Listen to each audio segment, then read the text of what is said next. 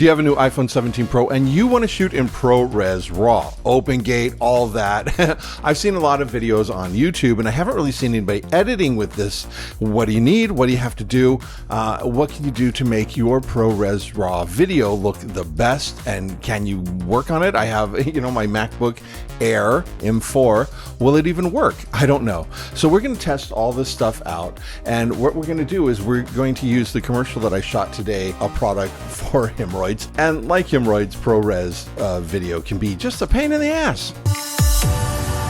Okay, here's the set we're going to use for my hemorrhoid commercial. We are on MagSafe on my iPhone 17 Pro, but we're using our new Lexar recorder. Now, in order to shoot ProRes Raw, what you need is a very fast drive. This is the Lexar 1 terabyte. It's a 2,000 megabytes per second read-write. It's supposed to. So anyway, I've tested it out a little bit and it does work. I did have a failure during this video. I thought I didn't push record or something, but it actually crapped out on me after 12 minutes of footage. So then I went ahead and recorded again and I got through it.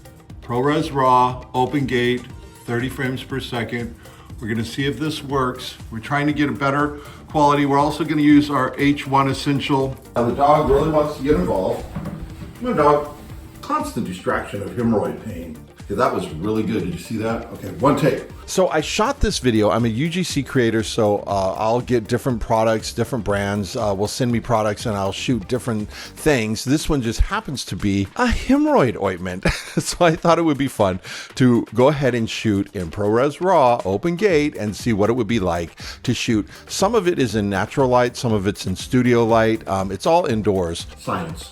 She blinded me with science. If you want to know what it's like to edit this footage, we're going to edit this footage now. So when you're working with the raw video, I would start with the just making sure that everything looks good first. So this ISO is at 200. That's pretty much what I shot at. I had several lights going on, but you can bring it way up if you want, and then change the exposure rate down. But you have a lot of control when you're working with raw video. If we go through here, there's just some shots that just really bothered me, like especially this shot. Oh, it was just horrible. And then also this shot here is just terrible. What is OpenGate? Okay, so if this client particular wanted a 16:9 format, so OpenGate is more like a 3x4, but just huge, but a 3x4 format. In the olden days, we called that 3x4, but this is more like a square format, and you can zoom in and crop it the way you want it, so you can frame it properly the way you want it.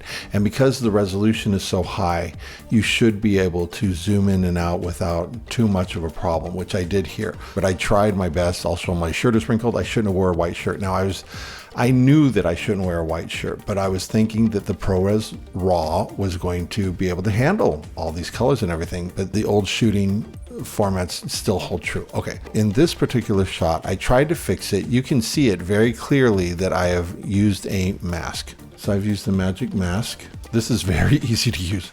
You just let it analyze it and it works like a charm. It just really works good. I've only used a little bit of blur, but you can definitely change the blur.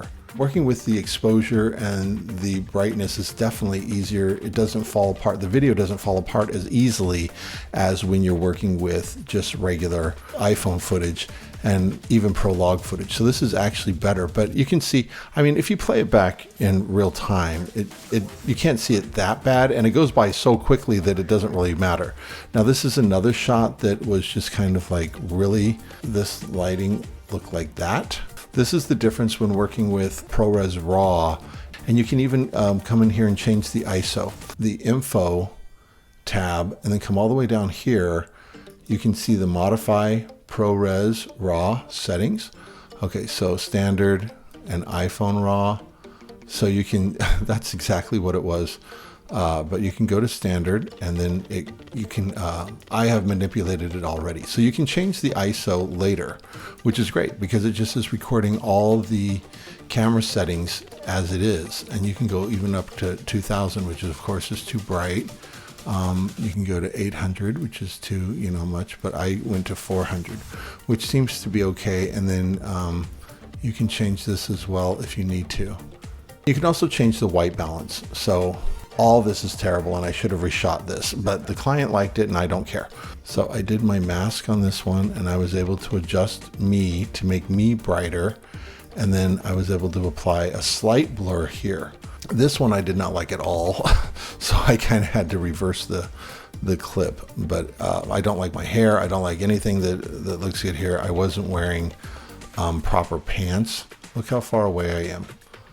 And you can like zoom in and zoom out. And I thought I could do that with this footage. And I mean, it works, it's okay. But up close, I can see a lot of, you know, it doesn't look the best, but it's not bad. I mean, I'll put these videos at the end so you can see the whole thing. But let's go ahead and go to the next one. This is what they asked. Just talk to the camera like a real person. And so that's what I did. And then I held it up and I went ahead and put in those product shots as well. But that one in particular looks really great.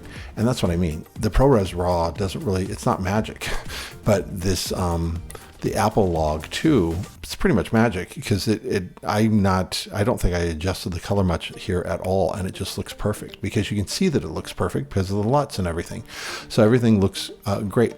So this one, I noticed that my face just looked, you can see every little line and every little detail of my face, which I didn't love. When you're working with, especially just not even in Final Cut Camera, but when you're working with just the iPhone camera app, it does something to your face, tonal mapping or something, and it makes everything smooth out and kind of gives you a beauty mode, which actually looks great. So I really should be using that, but I wanted to use the ProRes Raw just to see how it did. So in this particular video, it looks pretty good. I like the colors. I have, you know, a light here. I've got the light coming in over here. So you can see the open gate here, and you know, you can see my microphone up here. You can see everything. So I can reframe it later. Now the problem I found was that, yeah, you have to reframe it. You have to reframe it. If you're going to do 16:9, if you're going to finally deliver it in 16:9, I made it work. It's just I got way too much headroom. So you still have to compose it correctly. You know what I mean? So I wanted to get those lights in there, but I just gave myself too much headroom. So I really should have dropped the camera down just a little bit. But the thing is, I love to edit things. I love to fix things in post, basically. But sometimes you have to shoot it correctly. You know, so I have it at this, and then I think I brought it up like this or something. Okay, and then you can go, and then after that, you can go into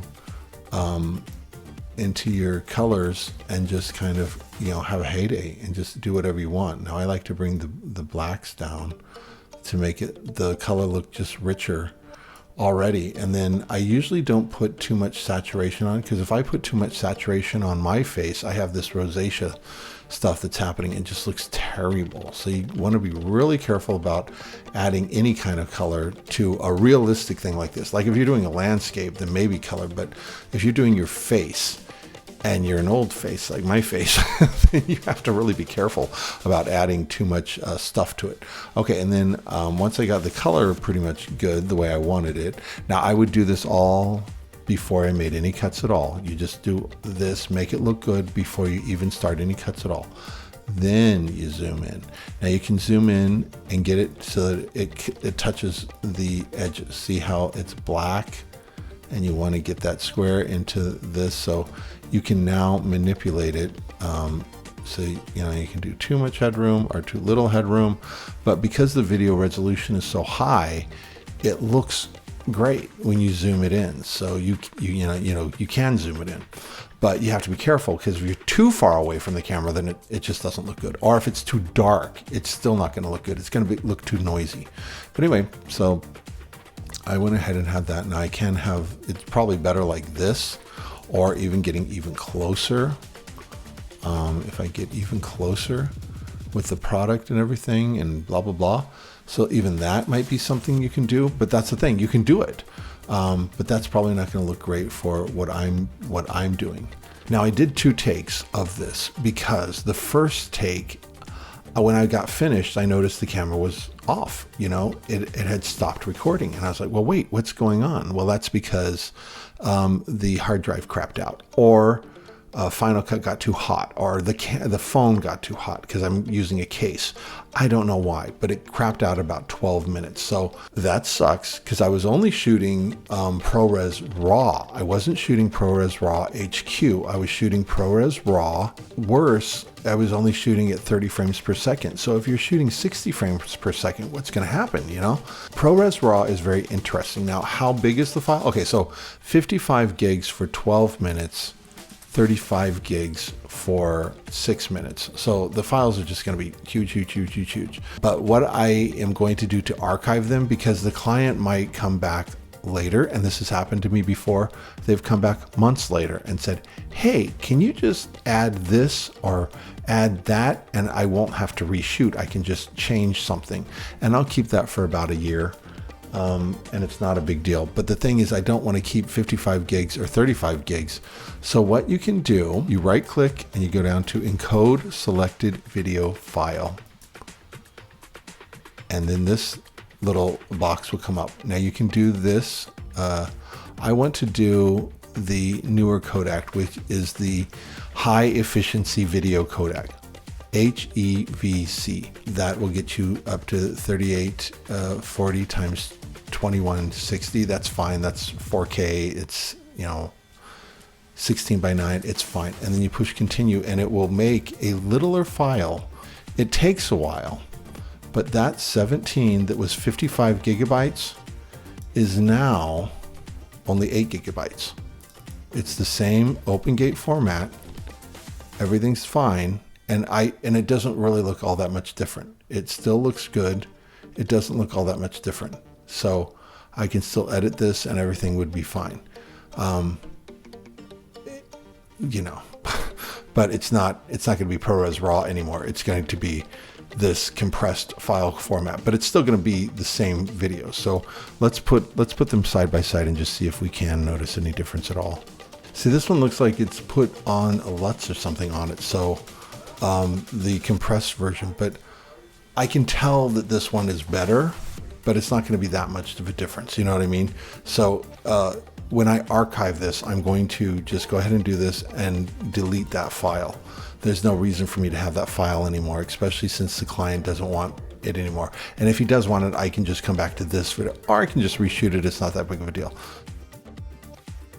Maximum Strength Hemorrhoid and Fissure Ointment by TerraMed. Hemorrhoids can be a real pain, and the gym doesn't care how you feel, and neither does your boss. Whether you're pushing through a heavy set or sitting through a 4-hour board meeting, discomfort isn't an option. You don't have time to be slowed down by the itching, burning, or swelling of hemorrhoids. That's why I use Maximum Strength Hemorrhoid and Fissure Ointment by TerraMed. With 5% lidocaine, it's fast-acting fissure ointment designed for immediate relief. It's the highest strength available to soothe, promote healing, and help stop the pain. 2 tubes, 6 applicators. Get back to the gym, get back to work, and don't let anything hold you back. Get the Maximum Strength Hemorrhoid and Fissure Ointment by TerraMed. Hemorrhoids. Look, nobody wants to talk about this, but it's hard to focus on your career or your fitness when you're dealing with the constant distraction of hemorrhoid pain. I've tried the drugstore brands, and honestly, they just mask the symptoms for a few minutes. I switched to this TerraMed Maximum Strength Hemorrhoid and Fissure Ointment with 5% lidocaine for a specific reason: science. Most brands use a lower concentration of active ingredients, but TerraMed's formula uses 5% lidocaine, which is the maximum strength you can get. It helps numb the pain, control the itching, and reduces swelling almost instantly. Whether it's a flare-up or a fissure, it actually soothes the area to promote real healing. What I really appreciate is the value. You get 2 tubes and 6 applicators in one pack. It's discreet, it's fast-acting, and it's become my go-to when I need it, so I can focus on things that really matter. If you're tired of the itching and the burning and you want something that works as hard as you do, make the switch. Maximum Strength Hemorrhoid and Fissure Ointment by TerraMed. It's the maximum relief you can get throughout your day. I really like this video better. I thought this is the one that they were going to take, and in the end, they did not take this one. So there you have it. That's editing in ProRes Raw. It actually did work. I'm impressed by it. The client was impressed by it. However, I'm not familiar enough with it, and I thought it had I could do things greater than I actually could. So you actually still need to light things well and, position things well and frame things well before you start. So you can't really rely on OpenGate or the fact that it's recording with all the sensors. You can't really adjust the lighting the way you think you can later. You still need lights. You still need to frame things correctly, and it just was kind of disappointing. The final product was disappointing. Also, the resolution is just too good. My face was just like, I could see every vein, every pore. It was just terrible. I couldn't get the color to do right for what I needed to do. I don't really have a sophisticated monitor, so